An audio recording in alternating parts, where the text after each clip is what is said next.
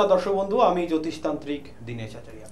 আজকে তন্ত্র নিয়ে বিশেষ কিছু বার্তা আপনাদের সামনে আলোচনা করব।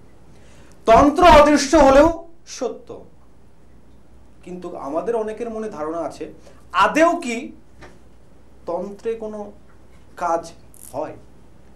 মানুষের কোনো কঠিন সমস্যা তন্ত্র দ্বারা কি সমাধান হয়? জ্যোতিষী কি শুধু পারে কোনো রত্ন দ্বারা প্রতিকার করে মানুষের জীবনের সাফল্য দিতে? তন্ত্রের কি কোনো ভূমিকা নেই?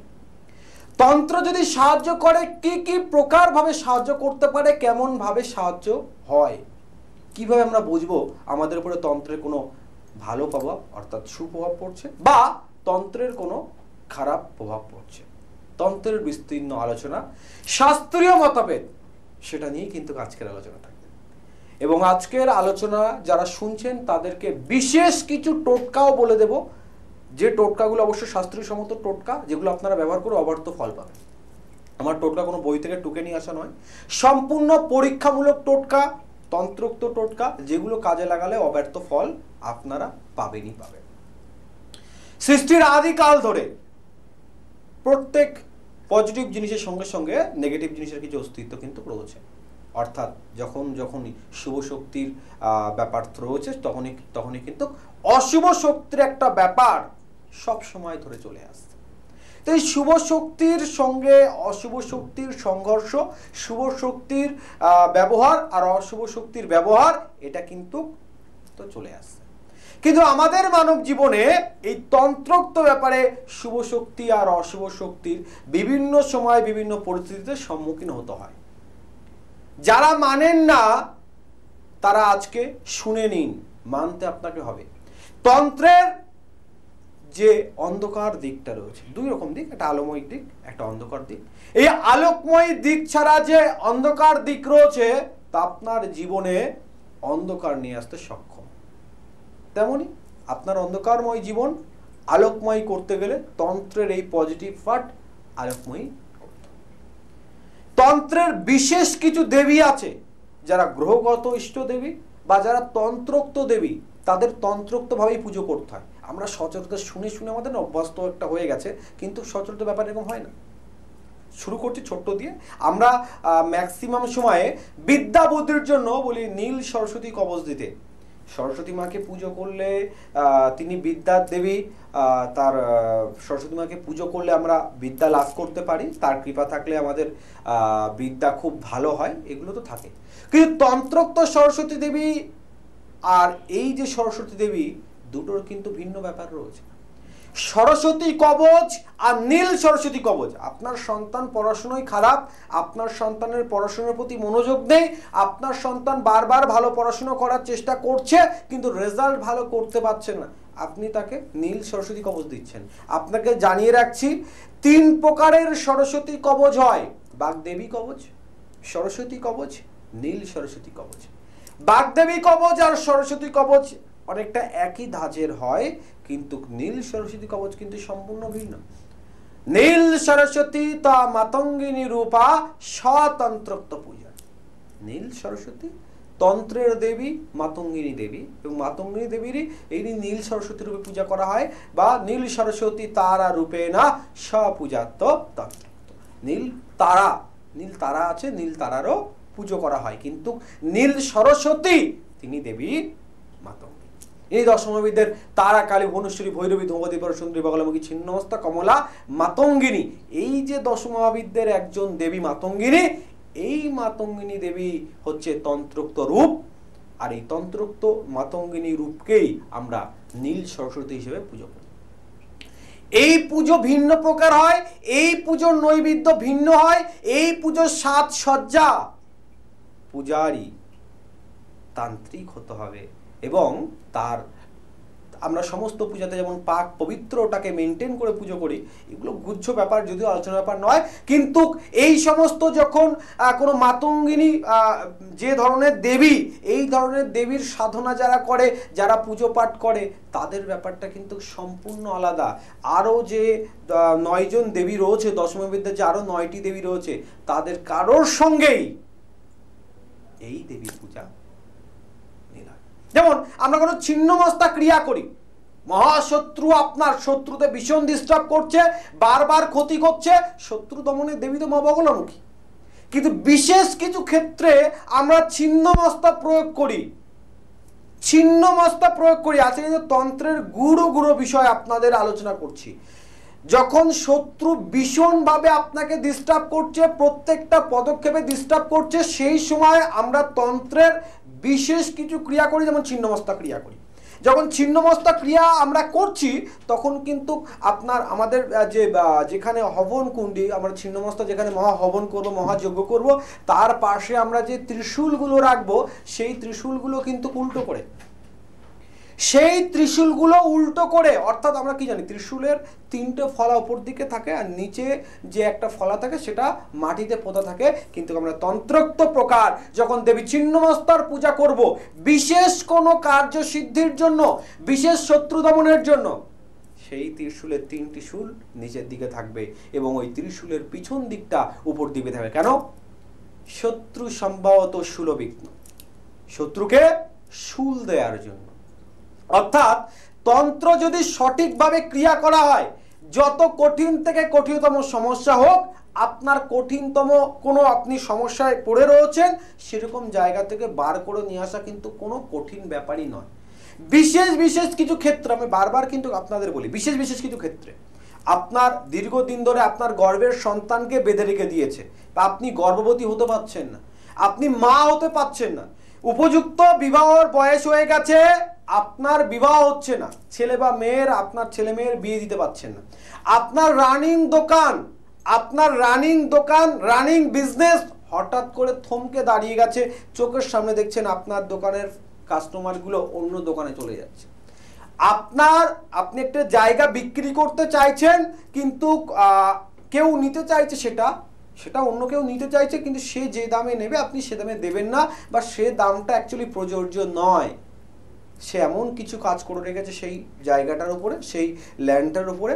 আপনি অনেক চেষ্টা করছেন, অনেক ক্লায়েন্ট আসছে, দেখছে, ফিরে যাচ্ছে, তার কোনো প্রকার পছন্দ হচ্ছে না, বা কেউ পছন্দ হচ্ছে তো সে দামদারের পছন্দ হচ্ছে না, কিছু না কিছু প্রবলেম হচ্ছে, যেখানে সমস্ত জমি বিক্রি হয়ে যাচ্ছে, অতএব আপনি যে জমিটি বিক্রি করতে চাইছেন সেটা কিন্তু বিক্রি হচ্ছে না। এই প্রকার অসম্ভব কাজ তন্ত্রোক্ত এই পজিটিভ ক্রিয়া দ্বারা কিন্তু সম্ভব। আপনার সেই গর্ভবন্ধনকে ছিন্ন করা, আপনার বিবাহ বন্ধত্ব খণ্ডন করা, এবং আপনার যে ব্যবসায় বাধা পড়ছে, আপনার যে ভূমি ক্রয়তে ডিস্টার্ব করছে, বাধা সৃষ্টি করছে, সেখান থেকে বেরিয়ে আসা। প্রত্যেকটা কাজ, এবং শুধু তাই নয়, আমি পড়তে পারবো থেকে প্রত্যেকটা কাজ কিন্তু আমি 100% লিখিত গ্যারান্টি দিয়ে করে থাকি। আর প্রত্যেকে একটা বারবার বলা, সেরকম ভাইটাল পর্যায়ে থাকলে আপনাকে কাজের সময় প্রেজেন্ট থাকতে হবে।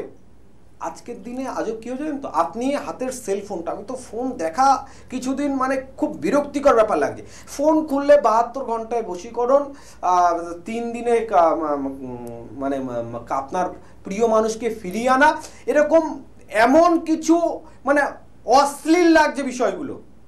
মানে আমরা অশ্লীল বলতে হয়তো অন্য ভাষার মানেটা হয়তো অন্য কিছু থাকে, কিন্তু এরকম কিছু বিষয় অশ্লীল লাগছে। যে তন্ত্রটাকে আমরা পুজো করি, যে তন্ত্রটা আমাদেরকে এই পর্যায়ে নিয়ে এসছে, যেটা হাসিল করার জন্য, যেটা পাওয়ার জন্য কঠিন তপস্যা সাধনা করতে হচ্ছে গুরুদেবের কাছে, মানে বহু কঠিন পর্যায়ে পরীক্ষা দিয়ে দিয়ে একটা পর্যায়ে তৈরি করতে হচ্ছে, সেটা কত ইজিলি এরা মিস ইউজ করছে। তাই প্রত্যেকে সাবধান। দেখুন, বশীকরণ বা আকর্ষণ বা বিদ্বেষণ, শত্রু দমন প্রত্যেকটা সম্ভব। যারা সঠিকভাবে ক্রিয়া করতে পারে তাদের দ্বারা সম্ভব। আপনি ফোনে তাকে দেখলেন না, চিনলেন না, আপনাকে বললো, আপনি আবেগে কিছু পেমেন্ট করে দিলেন, তারপর দেখা যায় ফোনটা ব্লক করে দিল, এরকম করবেন না। তন্ত্রোক্ত ব্যাপার সব ফোনে ফোনে হয় না। আপনি প্রেজেন্ট থাকুন, তন্ত্রের জায়গা যেখানে ক্রিয়া হবে আপনি প্রেজেন্ট থাকুন।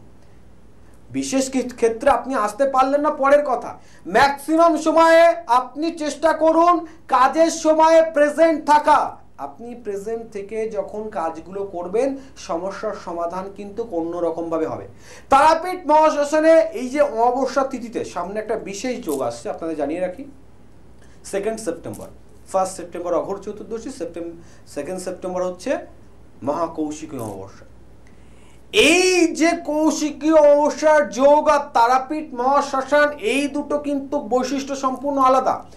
এই দিনে যদি কোনো আপনার কঠিন সমস্যা থাকে, যে সমস্যায় দীর্ঘদিন ধরে আপনি ভুগছেন, কোনো প্রকার বার হয়ে আসতে পারছেন না, অনেক প্রকার চেষ্টা করেছেন, তারা এই যোগটায় যে কোনো আমি বলছি না আমার কাছে আসতে হবে, যে কোনো তন্ত্রধারক যে এই দিনকে এখানে প্রেজেন্ট থেকে কাজ করবে, ইভেন আপনি থাকবেন, আপনাকে দিয়ে করাবে, আপনি নিজে হাতে করে আহুতি প্রদান করবেন, 100% সমাধান আপনার কাছে থাকবে। তো তন্ত্রের একটা খুব ভাইটাল পয়েন্ট আজকে বলছি। পয়েন্টটা হচ্ছে, স্বামী স্ত্রীর ভিতরে দীর্ঘ সময় ধরে বিভিন্ন প্রকার অশান্তি থাকে, বা আপনার সন্তান আপনার কথাবার্তা শুনতে চাইছে না, বা মনে করুন আপনি কারোর কাছে টাকা পান, বা কোনো কর্মকে সাফল্য দেওয়ার জন্য কোনো ব্যক্তিকে আপনি নিজের কন্ট্রোলে করতে চাইছেন, সেক্ষেত্রে আপনি কি করবেন? বা আপনি যেটা করতে চাইছেন, বা আমার যে বক্তব্যটা, সেটা কি আদেও সঠিক, সেই বিষয় নিয়ে আজকে আপনাদের বলবো। অনেক সময় আপনি কোনো অফিসে জব করেন, আপনি কোনো কারখানাতে জব করেন, কোনো ফ্যাক্টরিতে জব করেন, আপনি একটা জিনিস লক্ষ্য করবেন, কোনো একজন রয়েছে, সে আপনার সেম পর্যায়ে লেবার, সেম পর্যায়ে আপনার কলিগ, সেম পর্যায়ে ওয়ার্কার, কিন্তু মালিক তার প্রতি খুব সন্তুষ্ট, মালিক তার কথা ছাড়া কিছু চলে না। ইভেন সেই ব্যক্তির কথা শুনে কাউকে যদি কাজ থেকে বাদ দিতে হয়, তো মালিক বাদ দিয়ে দেয়, কাউকে যদি প্রমোশন করাতে হয়, তো মালিক প্রমোশন করিয়ে দেয়, কাউকে যদি ডিমোশন করাতে হয়, তো এর কথাতে মালিক ডিমোশনও করিয়ে দেয়। কি করে সম্ভব? আপনি না দেখলেও, আপনি না জানলেও আপনার নিকটবর্তী কেউ না কেউ আছে যে এই সমস্যার ভিতরে রয়েছে, যে সেই বিষয়গুলো প্রত্যেকদিন দেখছে। তাহলে নিশ্চয়ই ব্যাপারটা কোথাও কিছু আছে, তারপর এটা সম্ভব, নচেত সম্ভব না। আপনি দেখছেন অনেক ক্ষেত্রে যে আপনার দোকানে অটোমেটিকলি কাস্টমার, আমি একটু আগে নিয়ে যেটা আলোচনা করলাম, অটোমেটিকলি কিছু কাস্টমার আছে, আপনার পরিচিত ছিল, আপনার পার্টিকুলার কাস্টমার আপনার সামনে থেকে চলে যাচ্ছে, আপনার চোখের সামনে আপনার দোকানের অপোজিটে যে দোকান আছে, পাশে যে দোকান আছে, সেই কাস্টমারগুলো সেখান থেকে তারা জিনিসপত্র নিচ্ছে, কিন্তু আপনার কাছে আসছে। এক প্রকার মোহন ক্রিয়া। বিশেষ ক্ষেত্রে বিশেষ তার নাম আর বিশেষ তার প্রয়োগ। সন্তানের ক্ষেত্রেও মোহন ক্রিয়া করা যায়, ইতি সন্তান মোহন ক্রিয়া। আপনি গ্রাহকের ক্ষেত্রে যখন কাজ করছেন, গ্রাহক মোহন ক্রিয়া, অর্থাৎ ক্রিয়াগুলো ভিন্ন কিন্তু কার্যত শ্রেণীবিভক্ত একই। অর্থাৎ অ্যাট্রাক্ট করা, সেটা স্বামী স্ত্রীকে করতে পারে, স্ত্রী স্বামীকে করতে পারে, প্রেমিক প্রেমিকাকে করতে পারে। বশীকরণ ব্যাপারটা কিন্তু আলাদা, মোহন ব্যাপারটা আলাদা, আকর্ষণ ব্যাপারটা আলাদা, বিদ্বেষণ ব্যাপারটা আলাদা। তাই প্রত্যেককে একটা কথা বলা, দীর্ঘদিন যাবৎ যদি আপনার বিজনেস এরকম কোনো প্রবলেম চলে, দীর্ঘদিন যাবৎ যদি আপনার স্বামী স্ত্রী বা প্রেমিক প্রেমিকার ভিতরে এরকম ডিস্টার্ব চলে, দীর্ঘদিন যাবৎ যদি আপনার সন্তান আপনার হাতের নাগালে বাইরে চলে গেছে, অবাধ্য হয়ে গেছে, বা এরকম কোনো পর্যায়ে রয়েছে, খুব ভাইটাল পয়েন্ট, এরকম কোনো পর্যায়ে রয়েছে, ছেলেকে বিয়ে দিয়েছেন, বিয়ে দেওয়ার পরে দেখছেন যে ছেলে কোনো প্রকার আপনার আর কন্ট্রোলে নেই, কন্ট্রোল তো দূরের কথা, বাবা মায়ের কথাবার্তা সহ্য করতে পারছে না, বাবা মাকে দেখতে পাচ্ছে না, বাবা মায়ের টোটাল সম্পত্তি সেই ছেলে ভোগ করছে, অথচ বাবা মাকে সেই সম্পত্তিতে কোনো প্রকার দখলবাজি করতে দিচ্ছে না, বা তাদের স্বাধীন চেতনভাবে চলতে দিচ্ছে না।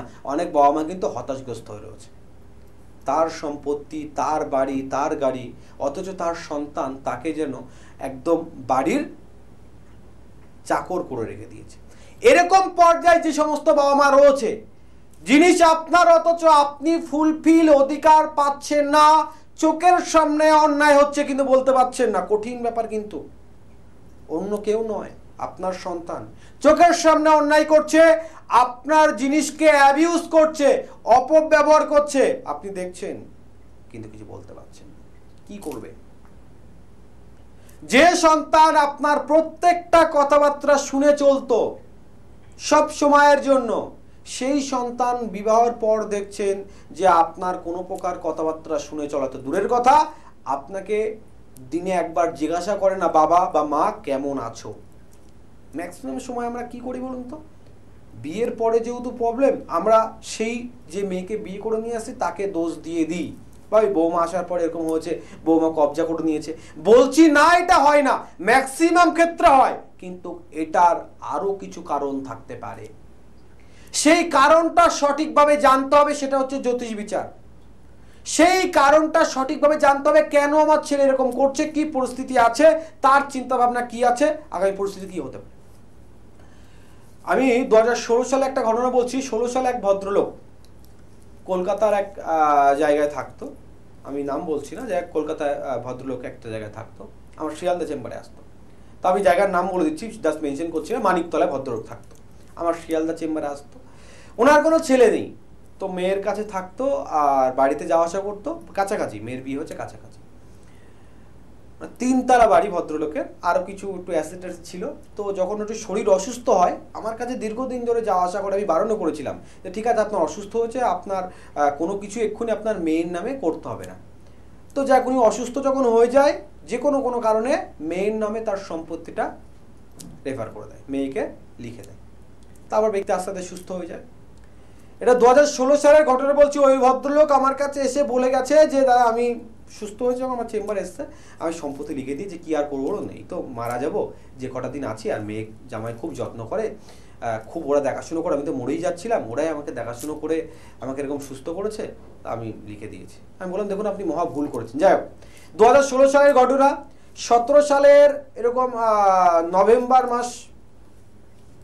মাসের দিকে, ভালোই মোটামুটি ঠান্ডা আছে, শিয়ালদাতে আমি অ্যাকচুয়ালি সোমবার দিনকে আমি গাড়ি চড়ি না, সোমবার দিন আমি ট্রেনেই যাওয়া আসা করি। আমার বলতে কোনো দ্বিধাবোধ নাই, কারণ সোমবার দিন আমার আরাধ্য মহাদেবের দিন। এই দিনটাকে আমি চেষ্টা করি, এবং যতদিন বারবার চেষ্টা করব এই দিনটাকে আমি একটু আলাদা রকমভাবে চলা। আমি শিয়ালদা ট্রেনে উঠবো, দেখি ট্রেনে প্ল্যাটফর্মে, শিয়ালদা প্ল্যাটফর্মে ঠিক 1 নম্বর প্ল্যাটফর্মের মাথার দিকে এক ভদ্রলোক বসে আছে, পাউরুটি খাচ্ছে, বেশ কাপড়টা বেশ নোংরা নোংরা ভাব। তো কিন্তু আমার মুখটা দেখে কি করে যেন মনে হলো যে আমি লোকটাকে দেখেছি বা খুব চিনি, কিন্তু ঠিক মনে করতে পারছি না। আমি কাছে গেছি, কিন্তু এই ভদ্রলোক আমাকে কিন্তু চিনতে পেরেছে। ওই ভদ্রলোক আমাকে চিনতে পেরেছে। বলতে, দীনেশবাবু কেমন আছেন আপনি? আমি দেখে মানে এতটা অবাক হয়ে গেছি যে ভদ্রলোকের 3 তলা বাড়ি, উনি জব করতো, হয়তো মানে কোনো উনি পার্টিকুলার পেনশন পায় না, কিন্তু মোটা অঙ্কের টাকা পয়সা ছিল। আমার সঙ্গে লাস্ট এতটুকু বলেছিল যে সেটা মেয়েকে সব দিয়ে দিয়েছে, কারণ যখন তখন যে কোনোভাবে অসুস্থ হতে পারে। লোকটা সুস্থ হয়ে অসহায় হয়ে শিয়ালদা স্টেশনে প্ল্যাটফর্মে বসে রয়েছে, আর তার সমস্ত সম্পত্তি তার ছেলে মেয়ে ভোগ করছে। এর কাছে পরিস্থিতি নেই, কিন্তু আপনারা যারা শুনছেন তাদের কাছে পরিস্থিতি আছে। এরকম কঠিন পর্যায়ে যারা রয়েছেন, হাতের নাগালের বাইরে চলে গেছে বা চলে যাচ্ছে, আমার কথার বক্তব্য কিন্তু এটা নয় আপনারা কেউ আপনার ছেলে মেয়েকে সম্পত্তি দেবেন না, আপনার অর্থের ভান্ডার দেবেন, এটা নয়, সবই তার জন্য। আমি ভদ্রকে একই কথা বলেছিলাম যে আপনি মরে যাবেন, সমস্ত কিছু তারাই পাবে, আপনি যতদিন বেঁচে আছেন আপনার গ্রিপটা ছাড়বেন না, কারণ আপনার যে মেয়ে সেও কিন্তু নিজের কন্ট্রোলে নেই। এখন এই ভদ্রলোককে যদি মেনশন করে বলি, তার ভদ্রলোকের মেয়ে কিন্তু সত্যিই খুব ভালো ছিল, কিন্তু এই ভদ্রলোককে যখন তাড়িয়ে দিয়েছে তখন তার ভালোবাসা, এই মানসিকতা তার নিশ্চয় ছিল না। তন্ত্র দ্বারা এমন কিছু ক্রিয়া করা যায়, আপনার ভাবনাটাকে ব্লক করে দেওয়া যায়। আপনি আর ওটা ভাববেন না, আপনি ওটা ভাববেন যেটা আমি আপনাকে ভাবাবো, আপনি ওটা বলবেন যেটা আমি আপনাকে বলবো। বাস্তব কথা, তন্ত্র অদৃশ্য হলেও সদা সর্বদা সত্য। সঠিকভাবে যদি তন্ত্রের ক্রিয়া করা হয়, যে কোনো প্রকার কঠিন ক্রিয়া, যে কোনো প্রকার কঠিন কাজকে সমাধান করা সম্ভব। যাদের শুনতে অবাক লাগছে না, একটাবার যোগাযোগ করুন। আমি দিনেশ আপ টু অন মিডিয়াতে বসে বলে থাকি 100% সমাধান আপনার হবেই হবে। এবং এই যে ধরনের তন্ত্রোক্ত গুপ্ত ক্রিয়া, এই ক্রিয়া যদি সঠিকভাবে সঠিক পর্যায়ে ক্রিয়া করা হয়, আপনি যে কোনো সমস্যার সমাধান করতে পারেন। তো অসম্ভব কিছু চাইলে হবে না। কিছু মানুষ মনে করে আমি তাহলে যে লটারি বিক্রি করছে তাকে আমি গ্রিপ করে নিই, বা আমি কোনো সিনেমা আর্টিস্টকে গ্রিপ করে নিই, আমি অর্থমন্ত্রীর গ্রিপ করে নিই, এরকম হয় না। আপনাদের প্রত্যেককে বারবার বলছি যাতে আপনাদের ঠকতে না হয়। যার সঙ্গে কোনো রিলেশন নেই, আপনার সঙ্গে কোনো সম্পর্ক নেই, চেনা নেই, পরিচিত নেই, আপনি তাকে কোনো তন্ত্রোক্ত ক্রিয়া করে আপনার প্রতি অ্যাট্রাক্ট করতে পারেন না। তাকে করতে পারবেন যার সঙ্গে আপনার সম্পর্ক ছিল, যার সঙ্গে আপনার পরিচিতি আছে, যার সঙ্গে আপনার খুব ভালো সম্পর্ক আছে, কিন্তু এখন নেই, যে কোনো কারণ, যে কোনো প্রকার নষ্ট হয়ে গেছে বা কম আছে, আপনি অত্যাধিক বেশি পরিমাণে চাইছেন। এরকম যদি হয় তাহলে সমস্যার সমাধান 100% সম্ভব, নচেত কিন্তু সম্ভব নয়। তাই বললাম বারবার, অবাধ্য সন্তানকে বাধ্য করা, এবং আপনার সন্তান যদি আপনার এইরকম কোনো প্রকার অ্যাসেট বা আপনার প্রপার্টি নিয়ে কোনো প্রবলেম হয়, দীর্ঘদিন ধরে সেই প্রবলেমে রয়েছে, আপনি চাইলেও কিছু করতে পারছেন না, আমরা করতে পারি তন্ত্রক্রিয়ার মাধ্যমে। আপনি করতে পাচ্ছেন না, আপনি বলতে পাচ্ছেন না, বলা করার পজিশন আমরা তৈরি করে দেবো আপনাকে তন্ত্রের বিশেষ ক্রিয়ার মাধ্যমে। এবং সেই ক্রিয়া কিভাবে সম্ভব সেটা জানতে গেলে কিন্তু একটাবার চেম্বারে আসতে হয়। বলেছিলাম একটা বিশেষ টোটকা বলবো। ইতিমধ্যে যাদের সম্পত্তিগত দিক নিয়ে পিতা পুত্র বা আপনার বাবা মেয়ের সম্পর্ক, বাবা ছেলের সম্পর্ক বা ভাইদের সঙ্গে সম্পর্ক, সম্পত্তিগত দিক নিয়ে ডিস্টার্ব হচ্ছে বা অংশীদারি ব্যাপার নিয়ে ডিস্টার্ব হচ্ছে, তাদের জন্য বলবো আকন্দ, শ্বেত আকন্দর পাতা 28টা করে নেবেন। 28টা শ্বেত আকন্দর পাতাতে ভালো করে অষ্টগন্ধক লাগাবেন, শনিবার দিনে করবেন। আবার বলছি, শ্বেত আকন্দর পাতা নেবেন, শ্বেত আকন্দর পাতাতে ভালো করে অষ্টগন্ধক লাগাবেন 28টা পাতাতে শনিবার। এরূপ করার পরে এই পাতাটা এমন করে আপনি রাখবেন যাতে একটা প্রদীপের আকার ধারণ করে, এবং তার উপরে আপনি তিলের তেল দিয়ে প্রদীপ জ্বালিয়ে যে কোনো অশ্বত্থ গাছের নিচে দেবেন। 28টা শ্বেত আকন্দর পাতা, যদি শ্বেত আকন্দ না পান আপনি লাল আকন্দ নিতে পারেন। অষ্টগন্ধক লাগাবেন, পাতার উপর পাতা রাখবেন, প্রত্যেকটা পাতা মোটামুটি অনেকটা দেখবেন একটা পাতার সঙ্গে একটা পাতা লেগে রয়েছে, সেই পাতাটা একটু হাত দিয়ে বেঁকিয়ে নিলে প্রদীপের মতো হয়ে যাবে। তো সেখানে তিলের তেল দিয়ে প্রদীপ জ্বালাবেন কোথায়? যে কোনো অশ্বত্থ গাছের নিচে। শনিবার দিন এই কাজ করবেন। অংশীদারি ব্যাপার নিয়ে যেখানে ডিস্টার্ব চলছে সেক্ষেত্রে আপনারা 100% সাফল্য পাবেন, যদি গ্রহগত কোনো ডিস্টার্ব ভাইটাল না থাকে। অনেকে প্রয়োগ করে দেখতে পারেন, সাফল্য অবশ্যই পাবেন। যারা পাবেন না ভাববেন গ্রহগত দিকে কিন্তু ভারী কোনো ডিস্টার্ব অবশ্যই আছে। দিনের সাথে তো টোটকা, এটা কিন্তু পরীক্ষামূলক টোটকা, ব্যবহার করলে 100% ফল অবশ্যই পাবেন। আপনাদের কিন্তু আবারও একটা কথা বারবার, আগামী 2রা সেপ্টেম্বর বিশেষ অমাবস্যা, কৌশিক অমাবস্যা। যে কোনো কঠিন থেকে কঠিনতম সমস্যা নিজে হাতে করে কি করে সমাধান করবেন তার সরল উপায় কিন্তু আমার কাছে রয়েছে। একটাবার যোগাযোগ করুন। তারাপীঠ শ্মশানে শ্মশান ক্রিয়া তন্ত্রোক্ত প্রভাব কি প্রকার মানুষের জীবন পরিবর্তন করে তার সঠিক রাস্তা কিন্তু আমি আপনাদের দেখিয়ে দেব। তাই দেরি না করে একটাবার যোগাযোগ করবেন, কারণ দিনের সাথে কাছে সোজা রাস্তা, আপনার কাজ 100% গ্যারেন্টি। যদি কোনো প্রকার আপনার কর্ম সাফল্য না হয় সেক্ষেত্রে কিন্তু মূল্য ফেরত তার গ্যারেন্টি দিয়ে কাজ করতে হয়। কারণ আমার গুরু আমাকে যা শিখিয়েছে, আমার কিন্তু সেই কাজের প্রতি ফুল কনফিডেন্স আছে। বহু মানুষের কাজ করে আসছি, আর আশা আছে আপনার সমস্যা সমাধান করতে আমি সক্ষম হব। সোজা, একদম সোজা কথা, ভক্তি, মনে ভরসা আর সরল বিশ্বাস নিয়ে আসতে হবে, সমাধান পাবেন। মনের ভেতরে কোনো দৃশ্য রাখবেন না, সমাধান অবশ্যই হবে। আর এই বিশেষ দিন কেন বিশেষ, তারাপীঠ মহাশ্মশান আর কৌশিক অমাবস্যার যে কি গাঢ়তার সম্পর্ক আছে সেটা আপনাকে বলতে হবে না। আপনি কর্ম উদ্দেশ্য না হলেও যে কোনো উদ্দেশ্য, অন্তত মাকে পুজো দেওয়ার উদ্দেশ্যেও যদি আপনি তারাপীঠ মহাশ্মশানে এই দিনকে যান তাহলে আপনি বুঝতে পারবেন। বিশেষ কিছু বলবো না। আগামী দিন আবার দেখা হবে অন্য কোনো বিষয় নিয়ে। ততক্ষণ ভালো থাকবেন, সুস্থ থাকবেন।